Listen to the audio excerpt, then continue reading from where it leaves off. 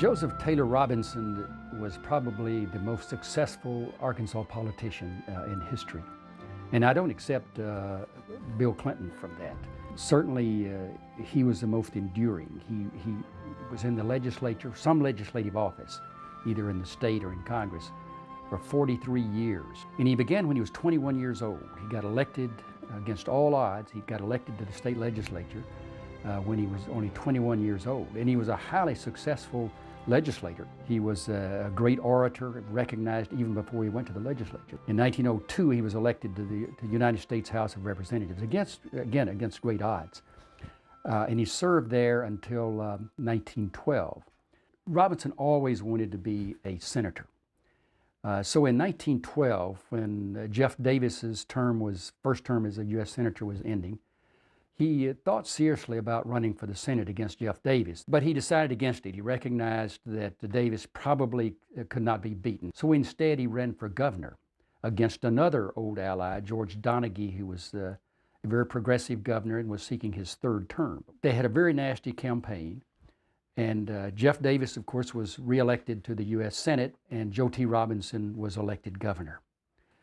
But days before he took office and days before Jeff Davis's new term was to begin, Jeff Davis died.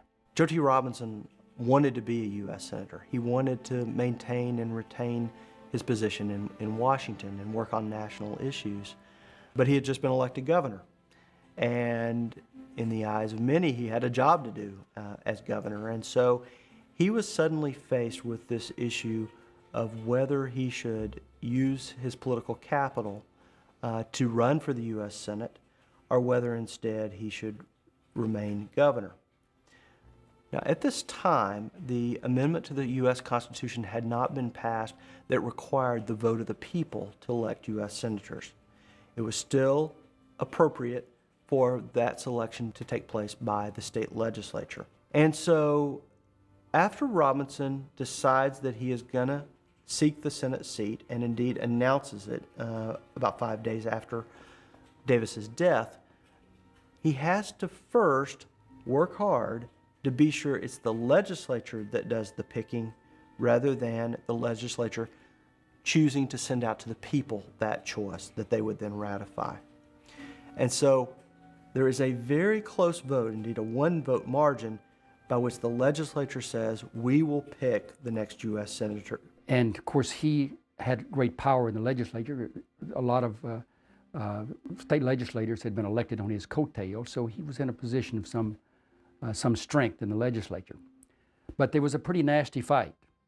But eventually he won. So that in a matter of about 2 months, he was a United States congressman, a governor of Arkansas, and a United States senator. He has a fabulous career in the Senate. He immediately becomes a force in the United States Senate, even though his party was out of power.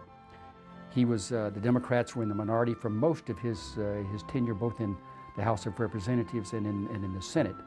But even at that, he was a man of considerable power and influence and effectiveness in the Congress. His first years in the Senate were spent working on issues important to the state, but ultimately he began placing his focus on leadership positions in the body. He becomes a leader of the Democratic forces in the Senate.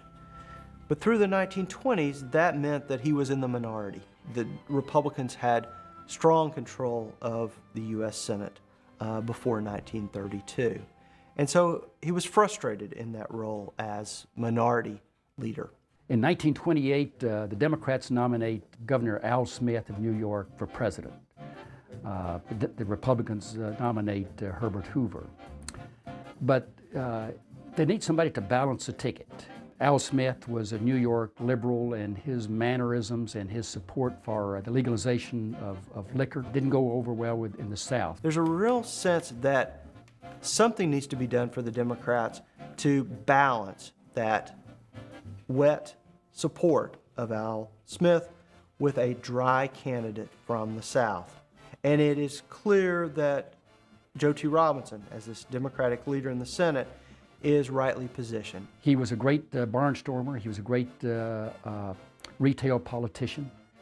great orator, much better speaker, as a matter of fact, than Al Smith. So he carried the South for Al Smith, who could not even carry his home state of New York. But a number of southern states, pretty exceptionally for this period, actually peel off and vote for Republican Herbert Hoover in the election of 1928. And this becomes the last time that an Arkansan appears on one of the major parties' national tickets until Bill Clinton's candidacy in 1992.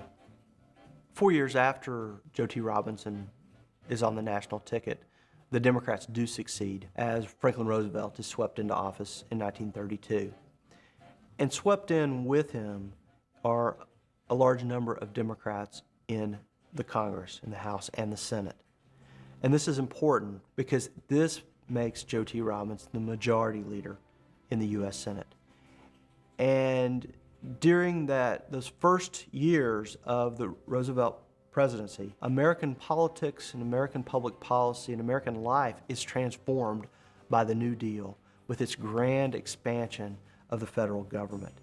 And Joe T. Robinson is a crucial player in leading the Democratic majority towards that greatly expanded government.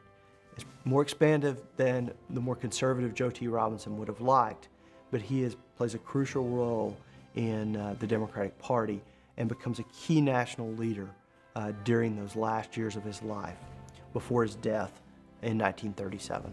The great irony was that Joe T. Robinson's Senate career ended as it began, with this creating the same kind of dilemma. Governor Carl Bailey had run for governor the same time Joe T. Robinson was running for the Senate.